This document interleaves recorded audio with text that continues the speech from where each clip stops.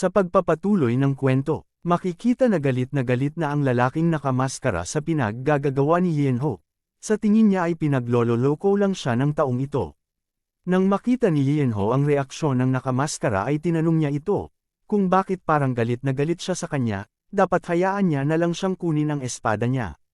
Kaya habang iwinawasiwas ng nakamaskara ang kanyang espada at naghahanda ng umatake, sinabihan niya si Lienho na hindi niya siya papatayin, ngunit sisiguraduhin niyang makakaranas si Lienho ng sobrang sakit na nanaisin na lang niyang mamatay, kahit pa umiyak at magmakaawa pagkatapos. Ngunit walang pakialam sa kanya si Lienho na mas lalong ikinainis ng lalaking nakamaskara. At sinabi sa kanya ni Lienho, kung maaari na ba silang magsimula ngayon, dahil kakagising niya lang at mukhang inaantok pa siya. Biglang uminit ang ulo ng lalaki, siya ay nag-aapoy na ngayon sa galit, dahil sa nakikita niyang asta ni Lienho na para bang minamaliit siya nito. Kaya kaagad niyang sinugod si Lienho, habang siya ay sumisigaw ng malakas. Nang malapit na siya kay Lienho, bigla siyang nakaramdam ng kakaiba, dahil napansin niya si Lienho na hindi gumagalaw mula sa kanyang kinatatayuan. Kaya habang malapit nang tumama ang kanyang atake, si Lienho ay seryoso lang na nakatitig sa kanya. Ngunit bago pa tumama ang kanyang atake kay Lienho ay may biglang tumama sa kanyang mukha na isang kahoy, sa sobrang lakas ng pagkakatama ay biglang nawasak ang kanyang maskara. Kaya biglang tumilapon ang kanyang hawak na espada sa ere at siya ay tumilapon paatros. Ngunit bago pa siya bumagsak sa sahig ay iniisip niya kung ano ang nangyari sa kanya.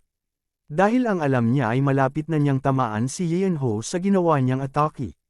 Pagkatapos ay tuluyan nang bumagsak si Hukil sa lupa. Kaya biglang nagulat si Mapang sa kanyang nakita, kahit si Yuhuan at si Liwangya ay napapanganga na lang, dahil sa gulat at hindi makapaniwala sa kanilang nakita. Kaya habang itinataas ni Lienho ang kanyang hawak na walis, sinabi niya na gaya ng kanyang inaasahan, ang walis ang pinaka-epektibong panglinis para sa mga basurang tao. Muling nagkamalay si Hukil pagdilat niya siya ay nagulat, tinanong niya ang kanyang sarili, kung ano ang nangyari. Kaagad siyang bumangon mula sa kanyang pagkakabagsak, ngunit siya ay biglang napahawak sa kanyang ulo. Naramdaman niya na biglang sumakit ang kanyang ulo, dahil sa ginawang hampas sa kanya ni Lienho. Tinutukan siya ni Lienho gamit ang kanyang walis, at sinabi niya na magpasalamat siya na ganoon lang ang nangyari sa kanya dahil siya si Yonhu. Dahil kung ang master niya ang gumawa noon ay malamang ay bangkay na siya ngayon. At dagdag niya pang sinabi na dapat ay hindi siya ganoon kabilas sumugod. Una, dapat ay, pero bago niya pa matapos ang kanyang sinasabi, ay tinawag siyang hayop ni Hukil na galit sa kanya. Nang makita ang bastos na pag-uugali ni Hukil, ay pinaghahampas niya ito ng kanyang walis. At sinabi niya na dapat ay magpasalamat pa siya dahil nagpapaliwanag pa siya sa kanya ng maayos. Tapos ito pa ang igaganti niya sa kanya. Biglang naramdaman ni Hukil na mas lalong bumibilis ang hampas ni Lienho sa kanya ng walis. Kaya kaagad siyang umatras palayo. Kaya habang siya ay may kinukuha sa kanyang bulsa, naisip niya, ayaw man niyang aminin pero kailangan niya itong gamitin. Hindi ka panipaniwala, hindi lang pala puro yabang si Lienho. Ngunit sa totoong laban, hindi laging nananalo ang pinakamalakas. At ngayong araw niya iyon ipapakita. Inilabas niya ang nakamamatay na lason, ang 7 hakbang na kaluluwang humahabol na ahas. Nang makita ito, sinabi ni Lienho na hindi ba't marumi iyon. At dagdag pa niyang sinabi, ngunit hindi uubra ang lason sa kanya. Nang marinig iyon ni Hukil ay agad niyang tinanong si Lienho, kung ang ibig niya bang sabihin ay immune siya sa lahat ng uri ng lason. Ngunit sabi ni Lienho sa kanya na hindi naman siya nagpakulo at kumain ng ugat ng ginseng o kung ano pa. Siyempre, tumatalab sa kanya ang lason. Hindi naman siya immune, ngunit bago pa man niya matapos ang kanyang sinasabi, biglang sumugod si Lienho sa kanya ng napakabilis at agad lumitaw sa harap niya. Na biglang ikinagulat ni Hukil. Hinampas niya ang kamay nito at tumilapon ang hawak nitong punyal na mayroong lason. Pagkatapos ay sumugod ulit si Lienho at nang makita ito ni Hukil na isip niya na kailangan niya itong harangan. Ngunit sinabi sa kanya ni Lienho na kung iniisip niya ba talagang magagawa niyang harangan ang kanyang gagawin. At makikita si Lienho na umaatake kay Hukil ng napakabilis at sunod-sunod na hampas ang ginawa ni Lienho gamit ang kanyang walis. Na halos hindi na masabayan ni Hukil ang mga ito. At sunod-sunod na tumama ang lahat ng atake ni Lianho sa kanya. Nang hindi niya na ito makayanan siya ay bumagsak at nawala ng malay. Gulat na gulat ang mga iskolar, halos hindi sila makapaniwala sa kanilang nakita. Napakadali lang na pinabagsak ni Lianho ang pinakamalakas sa kanila. Tinitigan maigi ni Lianho ang walang malay na si Hukil ng may seryosong ekspresyon. Sinabi ni Lianho na palaging sinasabi ng kanyang master na kapag ang kalaban ay nagpapakita na parang naghahanda ng isang malaking bagay, hindi niya na dapat hintayin ito at patumbahin agad sila. At makikita si Mokpong na pinagpawisan dahil sa kanyang nasaksihan, hindi siya makapaniwala na napakadali lang na natalo ni Lianho si Hukil. Siya ang pinuno ng madilim na puwersa na itinayo ng ama niya sa loob ng maraming dekada. Sinabi ni Lianho kay Mokpong na kung umatras siya ngayon, ay mas mabuti para sa kanilang dalawa. Ngunit biglang pumalakpak si Mokpong, at tila masaya pa sa nangyari na ipinagtataka ni Lianho. Sinabi ni Mokpong kay Lianho na napakahusay, napakagaling ng kanyang ipinakita sa laban kahit sa ganoong edad. Biglang nahiya si Lianho, pagkatapos puriin siya ni Mokpong kaya sinabi niya na mukhang ganoon na nga. Nang makita ito ni Yunej ay tinanong niya si Lianho, kung bakit tuwang-tuwa siya tungkol doon. Sinabi ni Lianho, dahil pinupuri siya ni Mokpong. Ngunit sinigawan lang siya ni Yunej na puriin niya ang mukha niya. Dahil sa nangyari ay napapangiti na lang si Mokpong, dahil sa kanyang naisip na magandang ideya. Sinabi ni Mokpong kay Lianho na nakakalungkot para sa kanya na hindi napatumba ni Hukil si Lianho. Pero sa kabilang banda, ay sulit na rin daw ang makasalamuha ang isang mandirigmang tulad ni Lianho. Kaya inalok ni Mokpong si Lianho na magtrabaho sa kanya. Nang marinig iyon ay biglang natigilan si Lianho. Nang marinig iyon ni Yunej, sinabi niya kay Mokpong kung ano ang binabalak niya. Ngunit hindi siya pinansin ni Mokpong, bagkus ay sinabi nito kay Lianho, na sumama siya sa kanya at bibigyan niya siya ng bagay na hindi niya maiisip, kapangyarihang hawakan ang mundo sa kanyang palad at napakalaking kayamanan. Ngunit sinabi ni Lianho, na sinumang may bait at dangal ay hindi madadala sa mga matamis na salita, di ba? Biglang naantig si Yunej sa sinabi ni Lianho, ngunit dagdag pa na sinabi ni Lianho na siya ay madaling kausap, kaya't pag-usapan nila kung magkano. Ang pahayag na iyon ang tuluyang nagwasak sa paghanga ni Yunej. Ang paghanga na unti-unting namuo sa kanya ay biglang napalitan ng nag-aalab na galit. Hanggang sa nakapagmura siya at umasa na mamatay si Lianho. Pagkatapos ay galit na sumisigaw si Li Wangya matapos marinig ang sagot ni Lianho. Sa malakas na tinig, tinanong niya, ano ba ang ginagawa mo? Akala mo ba ganoon kahalaga ang kapangyarihan at yaman? Ngunit tinanggap lang iyon ni Lianho nang walang ekspresyon at sa kanyang espesyal na kalmadong ugali, sa kamarahang sumagot. Siyempre, nakaagad namang sinang-ayunan ni Mokpong. At kahit si Yunej ay sang-ayon din sa sinabi nila Lianho. Kaya biglang pinagpawisan si Li Wangya nang mapagtanto niya kung gaano kahalaga ang yaman at kapangyarihan sa kanila. Kaya sinabi niya kay Lianho na, kung bibigyan kanya ng kapangyarihan, gaano kalaki iyon, at kung yaman naman, gaano karami ang kaya niyang ibigay sa iyo. Huwag kang makinig sa kanya, dahil kaya ko ring ibigay iyon sa iyo, at mariin niyang ipinakilala na siya ay kapatid ng emperador. Kaya biglang napaisip si Lianho sa kanyang sinabi. Sa mapanuyang tono, tinanong ni Mokpong si Li Wangya kung ano bang magagawa niya para sa kanya. Totoo, isa siyang kapatid ng emperador, pero hindi ba't isinuko na niya ang lahat? Sa pinakamataas, maaari ka lang niyang bigyan ng posisyon. Isang maliit na katungkulan sa inspectorate, pero iba ang aking ama. Kaya kanyang bigyan ng yaman at kapangyarihan na kaiinggitan ng lahat. Tinitigan lang ni Lianho si Mokpong nang walang ekspresyon, sa kabahagyang ngumiti at nagsabi. Mukhang mas kaya mong mag-isip kumpara sa matandang iyon. Si Yuan, na kanina pa nakatingin, ay sa wakas nagsalita ng malakas. Sinusubukang ipaalala kay Lianho na huwag siyang malinlang sa paninira ni Mokpong. Mula kailan naging pagtulong sa pagtataksil ang pareho ng pagsisiwalat ng totoong rebelyon? Hindi ka ba tinuruan ng iyong guro tungkol sa tunay na asal? Pag-isipan mo, ano sa palagay mo ang sasabihin niya kung makita ka niya sa ganitong sitwasyon? Pagkatapos sabihin iyon, tinitigan ni Yuan si Lianho ng punong-puno ng pag-aalala.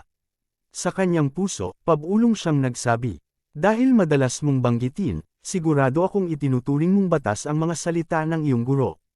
At naniniwala ako na hindi kailanman magtuturo ng mali ang iyong guro. Sigurado ako, itinuro ng iyong guro ang mga bagay na makakatulong sa atin ngayon. Nang marinig iyon ni Yenho, mula sa isang kakaibang ekspresyon, mahinahon niyang sinabi na ang kanyang guro, sa mga ganitong sitwasyon. Ngunit bigla siyang tumigil, dahilan para umasa at maghintay ang lahat ng iskolar. Kaya galit na galit si Li Wangya sa kanya, dahil sa pinaggagawa ni Yenho. Kaya biglang tumawa ng malakas si Yenho nang makita ang ekspresyon ni Yuan at Li Wangya. Maya-maya ay sinabi niya, na ayon sa tugon sa kanya ng kanyang master kung siya ay nasa ganitong sitwasyon, palagi niyang sinasabi, na dapat siyang pumanig sa sinumang nagbibigay ng bayad, at dagdag pa na sinabi ng kanyang master, na walang halaga ang moralidad at pagkilala, dahil hindi naman iyon ang magpapakain sa iyo. Kaya huwag mong pahirapan ang sarili mo sa masyadong matuwid na pamumuhay. Kunin mo ang makakaya mo hanggat maaari. Nang marinig iyon, sa isip ni Yuan, anong klaseng master ang magsasabi ng ganyan sa kanyang disipolo? At muli na namang sumang-ayon si Mokpang sa sinabi ni Yenho. Kaya sinabi niya na tama ang kanyang master. Ano ba ang halaga ng moralidad at pagkilala? Ang aking ama, alam niya kung paano pahalagahan ang mga nakatutulong sa kanya. Kaya ano sa palagay mo? Papayag ka bang magtrabaho para sa akin? Nang marinig ang tungkol sa trabaho, ay nina si Yenho at nagngalit ang kanyang ngipin. Kaya tinanong niya si Mokpang kung kailangan pa ba niyang magtrabaho. At doon sinamantala ni Yunej ang pagkakataon at sinabi niya kay Yenho na hindi nila siya papagtrabahuhin. Bibigyan siya nila ng pinakamasarap na pagkain at pahinga araw-araw, buong araw, kaya biglang naintriga si Yenho sa alok na iyon. At naunawaan din ni Mokpang ang nangyari at inamin na naging tanga siya. Sinabi niya kay Yenho na kung ayaw niya, hindi siya pipilitin. Ibibigay pa rin niya kay Yenho ang gantimpala na ipinangako niya. Kaya tinanong ni Yenho si Mokpang kung totoo ba. Pagkatapos ay lumapit si Yenho kay Mokpang at binigyan niya ito ng mahinang sikos sa tiyan, habang tuwang-tuwa na sinasabi kay Mokpang na, "Napakagalante mo, isa kang tunay na lalaki." Kaya biglang nahiya at napatawa si Mokpang at sinabi niya na wala lang iyon. Nang makita ito ng tatlo wala silang masabi sa kalokohan na pinaggagawa ni Yenho, kaya napapamura na lang sila sa kanilang nakikita at tinawag itong kasinungalingan. Pagkatapos ay muling tinanong ni Yenho si Mokpang kung ano ang dapat niyang gawin. Nang marinig niya ang sinabi ni Yenho, ay may bigla siyang naisip na kakaibang bagay, kaya siya ay napapangiti na lang na parang demonyo. Sinabi niya kay Yenho na una, ay dapat niyang patayin ang lahat ng tao na nakikita niya sa kanyang harapan. Na biglang ikinagulat ni Yenho. At dagdag pa na sinabi ni Mokpang na mga rebelde sila. Ang pagwasak sa kanila ay karampatang kabayaran lamang. Nang marinig iyon ni Yunej ay hindi niya mapigilan na magalit ng sobra, kaya siya ay sumigaw ng malakas at tinatanong sila kung anong kalokohan ang kanilang pinagsasabi. Nang makita ni Yenho ang galit na si Yunej ay agad niyang itinuro si Mokpang at sinabi niya na hindi siya ang may sabi noon kundi si Mokpang. Dahil sa hindi naiintindihan ni Yenho kung ano ang nangyayari ay tinanong niya si Yunej kung bakit sila nagkasala ng pagtataksil. Hindi mapigilan ni Yunej ang pagkadismaya, kaya sumigaw siya at sinabi niya kay Yenho na anong pinagsasabi niyang pagtataksil. Gumagawa lang ng kasinungalingan si Mokpang, at talagang naniniwala ka sa kanya. Kaya sinabi ni Yenho sa kanya na iba ang sinasabi ng sitwasyon. At natagpuan pa nga ang talaan ng mga pirma. Kaya muling napasigaw si Yunej at tinawag si Yenho na isang hayop at walang hiya. Pagkatapos ay sinabi ni Yenho kay Mokpang na parang mali ang patayin sila, bukod pa roon wala pa siyang napapatay kailanman. Nang marinig niya ang sinabi ni Yenho ay napagpasyahan ni Mokpang na siya na ang gagawa. Kaya inutusan niya si Yenho na kunin ang kanyang espada. Kaya habang si Mokpang ay naghahanda sa kanyang pagpaslang sa mga iskolar, sinabi niyang ayaw man niyang madumihan ang kanyang kamay, ngunit hindi dapat nag-aatubili sa pagpapatupad ng hatol.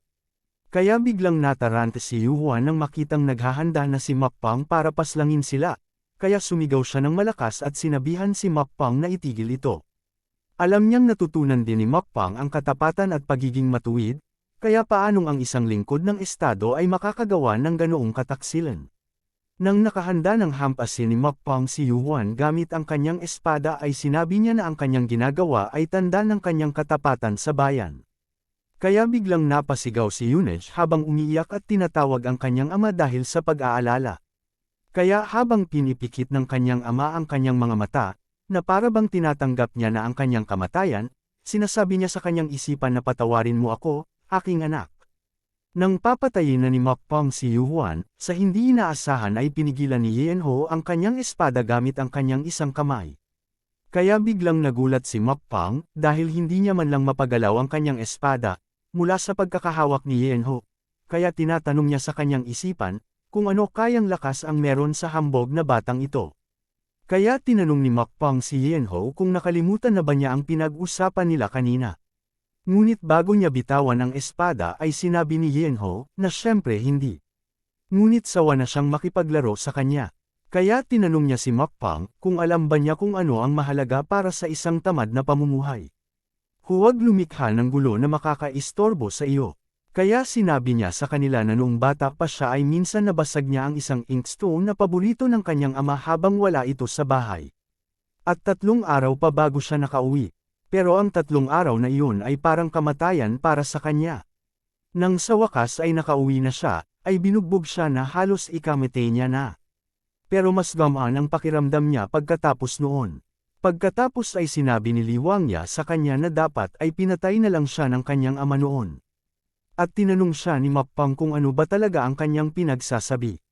Ngunit nagpatuloy si Yenho sa kanyang pagkikwento, at sinasabi niya na ayon din sa kanyang master, hindi niya dapat kalimutan ang kanyang galit, ngunit hindi rin niya dapat kalimutan ang mga kabutihang ginawa sa kanya.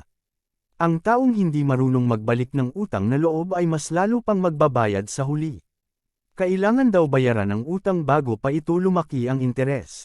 At sa tingin niya ay panahon na para bayaran niya ang kanyang mga utang. Biglang nagulat silang lahat sa sinabi ni Yenho. Kaya biglang napabuntong hininga si Mokpong at sinabi niya na naiintindihan niya.